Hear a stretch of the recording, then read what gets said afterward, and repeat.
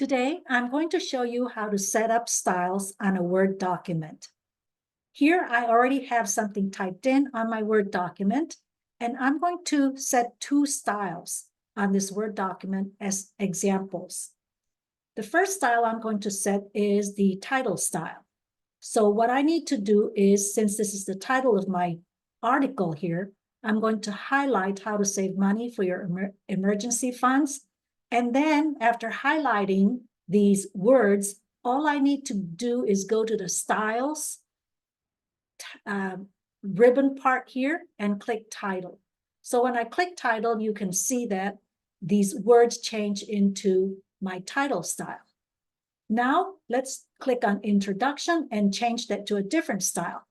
You can scroll down here and find that there are many different styles you can select from.